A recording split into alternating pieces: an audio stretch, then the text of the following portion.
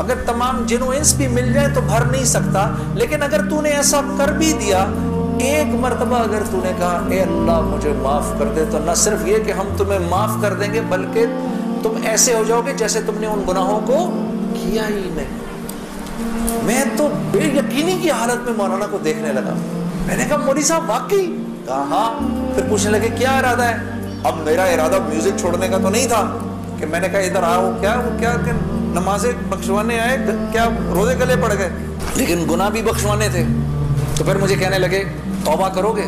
میں نے کہا مولوی صاحب کس چیز سے؟ کہا اپنی اس پچھلی زندگی سے۔ میں سوچ میں پڑ گیا۔ اچھا میں نے کہا جی میں توبہ کرتا ہوں۔ میں نے توبہ کی، یا اللہ میوزک چھوڑنے کا تو میرا کوئی موڈ نہیں، یہ مولوی بھی اللہ جانے کیا کہہ رہے ہیں، لیکن اگر تجھے اس سے کوئی میرے لیے بہتر زندگی نظر آتی ہے تو مجھے اس زندگی پہ لگا دے کہ واقعی میں چاہتا ہوں کہ تجھے راضی کر سکوں، تجھے خوش کر سکوں۔ اے اللہ پچھلی پوری زندگی پر توبہ کرتا ہوں، اگلی زندگی تیرے حکموں پر چلنے کی کوشش کروں گا۔ اگر تو واقعی ایسا ہے جیسا یہ مولوی صاحب فرما رہے ہیں تو مجھے معاف کر دے۔ میں نے کہا توبہ کر لی۔ مولوی صاحب نے کہا اب کیسا محسوس کر رہے ہو؟ میں نے کہا جی بہت ہلکا۔ پھر میں نے کہا لیکن مولوی صاحب بات تو یہ ہے کہ اگر میرے پچھلے سارے معاف ہو گئے اور اس پر اللہ نے اگر جنت دی تو میری تو بہت ہی بڑی جنت ہوگی، آپ سے بھی بڑی۔ تو فرمانے لگے نہیں بیٹا اتنی جلدی نہ کرو، تمہیں وصول تو ہم ہی نے کیا ہے، جو تجھے ملے گا اس سے تو بڑا ہمیں ملے گا ہی ملے گا۔ ہاں لیکن میں نے کہا مولوی صاحب، اور بہنیں اس بات کی تصدیق کریں گی، موسیقی تو روح کی غذا ہے کہ نہیں؟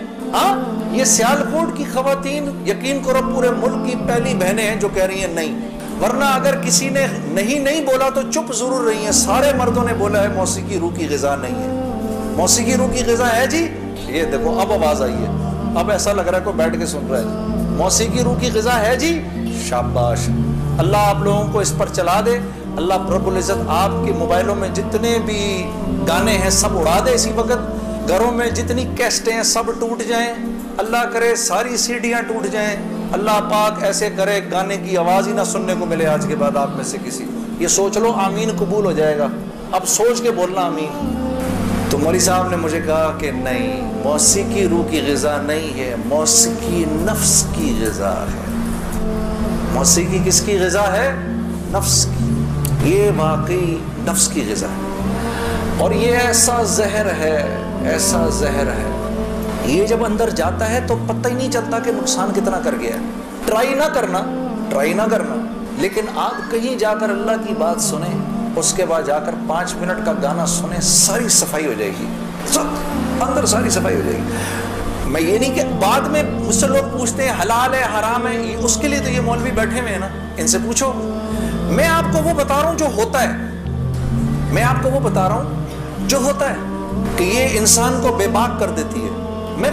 مجھ سے کسی نے پوچھا بھائی اپنے ملک کے لیے گانا، میں کبھی اپنے ملک کے لیے گانا وہ ایک اور چیز ہے، میں ان گانوں کی بات کر رہا ہوں جن کو عام طور پہ لوگ سن رہے ہوتے ہیں بازاروں میں، ہاں، اور پھر کہتے ہیں اس کے سننے میں کیا ہے۔ ارے یار میں کیا بتاؤں آپ کو کیا ہے، خدا کی قسم اگر وہ زندگی اس زندگی سے بہتر ہوتی مجھے کیا تکلیف تھی۔ مجھے ایک ساتھی کہنے لگا اب تو آپ کے لیے اس زندگی کی طرف جانا بڑا مشکل ہے۔ میں نے کہا کوئی مشکل نہیں، گلا تو وہیں کا وہیں ہے، گا سکتے ہیں، لیکن اب اس زندگی کی طرف جانے سے بہتر لگتا ہے کہ میں آگ میں چھلانگ مار دوں، کہ وہ اس قدر خطرناک زندگی، وہ اتنی ایک یقین کرو پوری، صرف گانا نہیں ہوتا، وہ ایک پوری زندگی ہے، وہ ایک پوری زندگی کا نام، جیسے یہ ایک پوری زندگی کا نام ہے نا، صرف دعوت کے 2 بول نہیں ہیں۔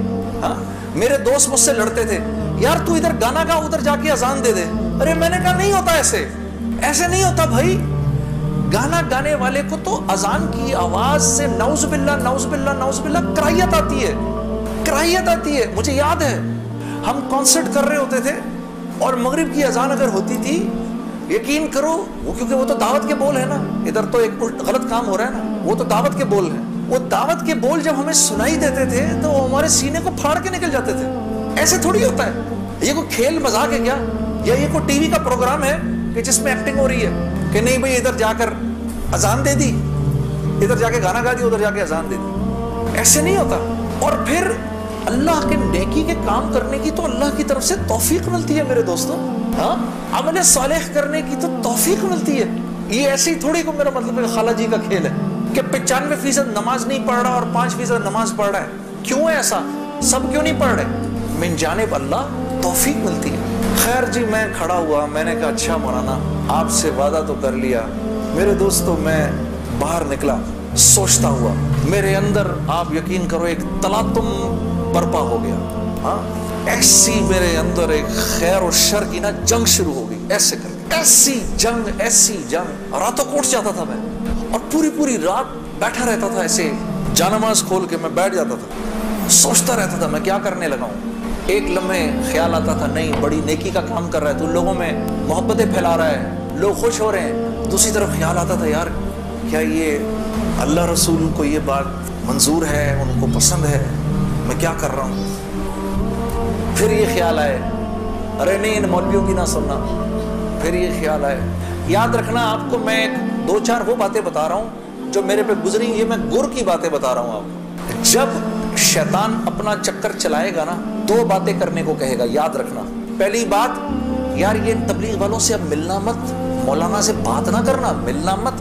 دوسری مسجد میں نہ جانا, 2 کام نہ کرنا کبھی. ایک تبلیغ والوں سے ملنا مت, ایک مسجد میں نہ جانا. اور بہنوں یہی تمہارے ساتھ ہوگا. وہ جو ہے نا وہ اپنا تبلیغی ساتھی اس کی بیوی, اب اس کو فون نہ کرنا آئندہ, ٹھیک ہے, اس کے گھر نہ جانا, اب تعلیم میں نہ جانا, کیونکہ اس کو پتا ہے یہ وہاں گئی اور عورت کا دل تو مرد سے 10 گنا زیادہ جلدی اللہ کی بات کو لے لیتا ہے. ہاں فوراً میں واپس آ کے بیوی کو کارگزاری سناتا تھا تو میں اس کی حالت بدلی بھی دیکھتا تھا. حالانکہ وہ نہ مسجد آئی نہ اس نے وہ اعمال ہوتے دیکھے. اس لیے میں آپ کو بتا رہا ہوں بھائی, جب آپ نکلا کرو گھر واپس آ کر بیوی کو سب بتایا کرو ہم نے کیا کیا. وہ جذبات بنتے ہیں گھر والی کے, اور جب گھر والی کے جذبات بنتے ہیں تو پھر بچوں کی صحیح تربیت شروع ہوتی ہے. دین ان کی زندگی میں آیا تو گھر کے اندر آ گیا. جب تک آپ کی زندگی میں ہے گھر سے باہر ہے, گھر والی کی زندگی میں آ گیا گھر کے اندر آ گیا. تو میں آہستہ جو بھی 3 دن میں سنتا تھا آ کر گھر والی کو عائشہ کو بتاتا تھا, عائشہ آج یہ سنا, آج یہ سنا, آج یہ سنا. کرتے آہستہ پھر میں نے اپنی ماں کو بتانا شروع کیا, مرحومہ کو. اللہ کی شان, میں آج بھی اللہ کا شکر کرتا ہوں, مجھے موقع محل نہیں تو میں آپ کو کبھی بتاؤں جب میری ماں کا انتقال ہوا تو کیسے ہوا. میرے دل کی دعا ہے اللہ ہر عورت کو دنیا سے ایسے لے کے جائے جیسے ہماری والدہ گئی. تو وہ میں اپنی ماں کو بتاتا تھا, میری ماں بھی ایک دم اس نے بھی جلدی لینا شروع کر دیا. کرتے میری ماں, ہم سب گھر کی خواتین میں سب سے پہلے میری والدہ پردے میں آ گئی فوراً. اور مولوی صاحب کہہ رہے ہیں ان کے انتقال کا بتائیں, میں ضرور بتاؤں گا آپ کو. خیر میرے دوستو, کرتے میں نے آخر ارادہ کیا چلو جی میں اب 4 مہینے لگاتا ہوں. اب 4 مہینے پہ جانا چاہیے, کیونکہ دیکھو تبلیغ میں جب تک 4 مہینے کا کورس نہیں کریں گے اس وقت تک جو ہے وہ بات سمجھ میں نہیں آئے گی. داڑھی کبھی بڑھے گی کبھی چھوٹی ہو جائے گی, کبھی سر پہ ٹوپی آئے گی کبھی اتر جائے گی. 4 مہینے لگانے ضروری ہوتے ہیں, ٹھیک ہے, کام کو سمجھنے کے لیے. کیونکہ پہلے 40 دن جو ہے وہ دنیا کا جو ہے نا وہ رنگ اترتا ہے. پہلے 40 دن زنگ اترتا ہے پہلے, پھر اگلے 40 دن کے اندر تبلیغ کا تھوڑا رنگ چڑھتا ہے. پھر اس سے اگلے 40 دن میں کچھ اللہ کی معرفت نصیب ہوتی ہے, کچھ تعلق بنتا ہے جا کر. پھر اگر وہ جڑا رہے تو پھر اللہ اس کو سوسائٹی پروف بنا دیتا ہے, اس کے اوپر لوگوں کی باتوں کا اثر نہیں ہوتا. پھر ایسے لوگ جہاں بھی جاتے ہیں ماحول بن جاتا ہے, خود بخود ہی ماحول بن جاتا ہے. اب میں نے ارادہ کیا جی 40 دن لگانے ہیں میں, اور 40 دن کا ارادہ 4 مہینے لگانے ہیں. میں نے اپنے دوست کے ساتھ مل کے ارادہ کر لیا. خیر وہ ہم کمزور, ہم نے مئی جون میں نکلنا تھا, مئی جون آیا, وہ تو نکل گیا, میں نہیں نکلا. ایک دن اس کا مجھے فون آتا ہے, یہ ہے جی 16 اکتوبر کی بات 2001. اس کا مجھے فون آیا, جنید بھائی السلام علیکم, میں 4 مہینے لگا کے آ گیا. میں نے کہا ہے 4 مہینے ہو گئے؟ کہاں ہو گئے, گزر گئے. کتنے ہی 4 مہینے گزر گئے زندگی سے. میں نے کہا 4 مہینے گزر گئے؟ کہتا لیکن مجھے پتا نہیں میرے 4 مہینے کیسے لگے, ضائع ہی ہو گئے. میں نے کہا وہ کیسے؟ کہا میں 4 مہینے کے لیے اپنے ابا کو ساتھ لے گیا جنید بھائی, وہ بیمار رہتے تھے, ان کا پیشاب پخانہ مسجد میں نکل جاتا تھا بستر میں. یقین کرو روزانہ جنید بھائی میں نے کچھ نہیں کیا, صرف اپنے باپ کا پیشاب پخانہ صاف کیا. 4 مہینے. اس کی اس بات نے مجھے اندر سے ہلا دیا کسی انسان کو اپنے باپ کی ایسی خدمت کرنے کا موقع ملا ہو, ہاں, اور کہتا ہے پتہ نہیں میرے 4 مہینے تو کیا ہی لگے, میں تو سارا وقت باپ کی خدمت ہی کرتا رہا 4 مہینے. اور 4 مہینے کے بعد وہ آیا ہے اور اس کے باپ نے اس کو گلے لگا کے بولا بیٹا تیری وجہ سے میرے 4 مہینے لگ گئے. 2 دن بعد باپ کا انتقال ہو گیا, ہم خود جنازے میں تھے 2 دن. خیر میرے دوستو, اسی طرح سے وقت چلتا رہا. میری زندگی کے 5 سال گزر گئے اسی ٹکر میں کہ 5 سال کے بعد میں نے ارادہ کیا, جس دن مولوی صاحب کو ملا نا اس کے بعد کے یہ 5 سال گزر گئے, میں نے یہ فیصلہ کیا کہ آج کے بعد نہیں گاؤں گا, آج کے بعد نہیں گاؤں گا. تو مجھے فون کس کا آتا ہے, ملٹری سیکٹری ہیں جمالی صاحب کے. حضرت جمالی صاحب ہمارے وزیر اعظم تھے, 2002 کی بات کر رہا ہوں, 2003 کی بات کر رہا ہوں. جمالی صاحب کا فون آتا ہے, ان کے ملٹری سیکٹری کا. وہ آپ نے دل دل پاکستان گانا ہے, وہ پنڈی میں وہ مادر ملت ٹرین لانچ ہو رہی تھی ریلوے اسٹیشن کے اوپر, اس کی پہلی وہ تھی. میں نے کہا سر میں تو توبہ کر چکا ہوں, میں تو اب نہیں گاؤں گا. تو انہوں نے کہا جی وہ پرائم منسٹر صاحب آپ سے خود بات کرنا چاہتے ہیں. پرائم منسٹر صاحب بڑے پیارے بہت نفیس جمالی صاحب ایک دم کہنے لگے جنید صاحب وہ بے نظیر بھٹو صاحبہ کا ٹائم آیا تو آپ نے گایا, نواز شریف صاحب کا ٹائم آیا آپ نے گایا, اب جب ہمارا ٹائم آیا تو آپ نے توبہ کر لی. میں نے کہا سر ضرور گاؤں گا لیکن میری ایک شرط ہے. جی فرمائیے. میں نے کہا وہاں میں اعلان کروں گا کہ آج آخری بار گا رہا ہوں, آپ کو منظور ہے؟ ہاں جی مجھے منظور ہے. ان کے ساتھ آئے ہوئے تھے وہ انفارمیشن منسٹر اپنے شیخ رشید صاحب, اس وقت انفارمیشن منسٹر تھے. شیخ رشید صاحب کا چلہ لگا ہوا ہے بائی دا وے, اور ان کا چلہ 1970s میں لگا ہوا ہے. اگر کبھی ان کے چلے کی کارگزاری سنے بڑا ایمان پڑتا ہے. وہ اس وقت کے رائمنڈ کے قصے سناتے ہیں جب رائمنڈ میں ہم بیٹھے ہوئے ہوتے تھے اور ٹرین سامنے سے نظر آتی تھی. مجھے وہ اس وقت کے قصے سناتے ہیں اپنے. اللہ نے شیخ رشید صاحب سے دعوت کی لائن کے بڑے خیر کے کام لیے. آپ کو پتہ ہے ایک مرتبہ اسلام آباد میں اجازت نہیں مل رہی تھی اجتماع کی اجازت نہیں مل رہی تھی. ایک دفعہ حالات خراب تھے, اللہ نے یہ کام ان سے لیا. یہ گئے اس وقت کے پریزیڈنٹ صاحب کے پاس, پریزیڈنٹ مشرف صاحب کے پاس. میں گارنٹی لیتا ہوں انشاءاللہ کچھ نہیں ہوگا سر, ان کو کرنے دیں. میں نے کہا سر آپ نے تو ایک ہی دفعہ ایسا چھکا مارا ہے, پتہ نہیں کتنا بڑا اجر ملا ہوگا. 3 لاکھ بندہ جمع ہوا, 3 دن اللہ کی بات ہوئی, وہاں کیا کیا بات ہوئی, سینکڑوں جماعتیں نکل گئی سب آپ کے کھاتے کے اندر. بڑے خوش تھے یہ بات سن کر, واقعی مجھے ملا ہوگا. میں نے کہا سر آپ نے تو وہ چھکا مارا ہے کہ ہم میں سے کسی کو ہی ملنا ہوگا. یہ شیخ رشید صاحب بیٹھے ہوئے تھے, وہ مجھے دیکھ کر بڑے خوش ہو رہے تھے. مجھے نہیں پتا تھا کہ یہ خود بھی تبلیغی ہیں. تو یہ دونوں حضرات بیٹھے ہوئے تھے. میں جب جا رہا تھا ادھر ایسے آسمان کو دیکھتا ہوا جا رہا تھا, یا اللہ اوپر سے آسمان کھول کے تو کہہ دے جنید کوئی بات نہیں تو گا لے. میں زندگی بھر مولوی عمران بشیر, طارق جمیل صاحب کسی کی نہیں سننی میں نے. اس کے بعد ایک مرتبہ کہہ دے. میرے دوستو یقین کرو آسمان نہیں کھلا اور میں ریلوے اسٹیشن پہنچ گیا. وہاں جا کر جی ہم نے آخری مرتبہ دل دل پاکستان گایا اور واپس آ گیا. زندگی اب تو 8:45 بج گئے, چلو بات یہاں تک ہی رکھتے ہیں. اللہ آپ لوگوں کا بیٹھنا قبول کرے.